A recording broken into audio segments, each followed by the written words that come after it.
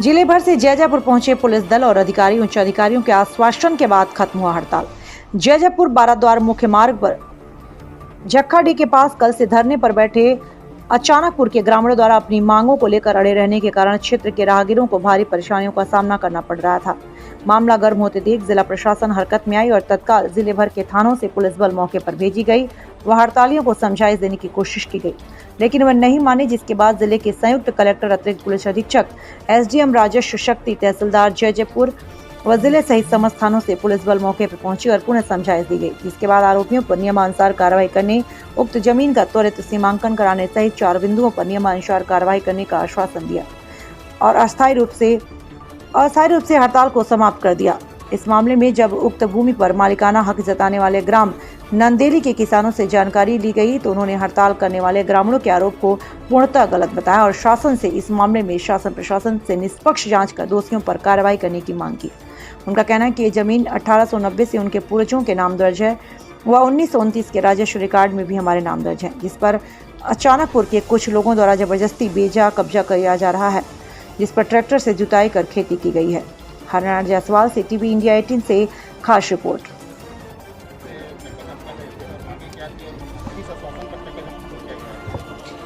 इनके आवेदन में यही था कि इनका घर जो है वो तुड़वा दिया गया है कुछ लोगों के द्वारा, जिन पे वो कार्रवाई करवाना चाहते थे। साथ ही साथ जो है इनके गांव का जो है ये पुराना गांव 1910 में हुआ करता था, ऐसी इनकी मांग है, जिसका ऑलरेडी इनके द्वारा जो है वो सिविल कोर्ट में केस चल रहा है।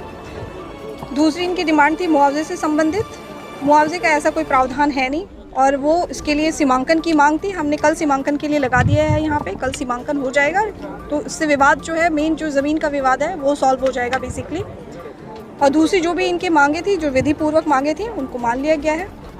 जो पहले से ही जो है इनको बता दिया गया था कि इन सबसे कोई दिक्कत नहीं है। एफआईआर के लिए बोला गया, एफआईआर भी हो चुका है, वहाँ जब्ती है, जो भी कार्रवाई है वो होगी इस पर।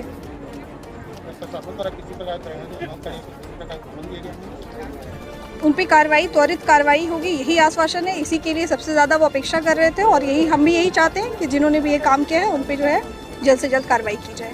कि शिकायत लोग किए हैं और मैं था ही नहीं वहाँ पे, मैं कहीं बाहर गया था। अचानकपुर वाले जो है मेरे नाम पे शिकायत किए हैं और मैं वहाँ था ही नहीं। अगर उन लोगों को कोई किसी प्रकार से शक है तो वो नार्को टेस्ट करवा सकते हैं और अपने नहीं चाहते तो मैं खुद का भी मैंने वो बोले कि अपना खर्च से, और बेमतलब का उन लोग बेवजह से बोल रहे हैं कि हमको आप शब्द का प्रयोग किए हैं। ऐसा कुछ नहीं, जब मैं था ही नहीं तो वहाँ कैसे ये काम होगा सर?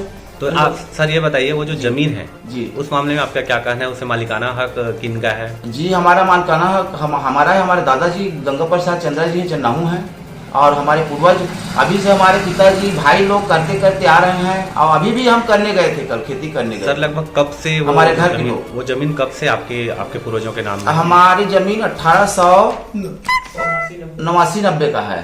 सर आपके पास दस्तावेज मौजूद? हाँ है ना, दस्तावेज ये है ना सर। जी जी, ये है दस्तावेज अपनी जी, ये है जी। और है सर, देखिए एक ठो 29-30 का है जी, मिसाल बंदोबस्त, ये है सर। तो सर ऐसा क्यों हो रहा है कि बार बार उस जमीन पर वो लोग मालिकाना हक दर्शा रहे हैं? सर इन लोग जबरन का कर रहे हैं, ऐसी माने हम लोगों का है, माने हम ही लोगों का खुद का है। उन लोग ऐसी मानसिक, आर्थिक और शारीरिक रूप से प्रदान कर रहे हैं। इसमें हमारा हर चीज अवरुद्ध हो रहा है। सर शासन प्रशासन से क्या चाहते हैं? शासन प्रशासन से हम ये चाह रहे हैं सर, वो सही निर्णय दें और जो भी पक्ष है हमारे कागज को शासन प्रशासन देखें। अब जो जिसके पक्ष में मिलना है वो हम शासन से प्रणाम करके बोलते हैं कि वो ये कागज देखें और देख करके सही फैसला करें। हम कर रहे थे, क्या मांगे हैं आप लोगों की और प्रशासन द्वारा क्या शासन दिया गया आप लोगों को?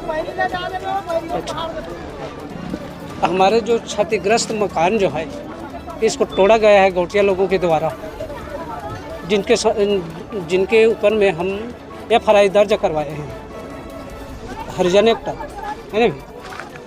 और यदि हमारे इस नुकसान, क्या थी आपकी? हमारी मांग है कि इसको जो तोड़े हैं उनकी गिरफ्तारी होनी चाहिए और जिस वाहन से उन्होंने तोड़ा है उनके वाहन की जब्ती होनी चाहिए और हमारी जो नुकसानी हुआ है शासन हमें उसका मुआवजा दे। एसडीएम द्वारा मैडम द्वारा क्या आश्वासन दिया गया? उसने हमें जो कुछ भी कहा है कि वो सीमांकन कल हो जाएगा और तुम्हारा पूरा जब्ती कार्यवाही वाहन वगैरह सभी का उन लोग आश्वासन दिया गया आप लोग? आश्वासन दे दी गई है। यदि ये सारे काम जो है नहीं किए गए समय पर हैं तो पुनः 3 दिन के बाद में मतलब पुनः सड़क पर आएगी गांव, जिसके जन को होगी।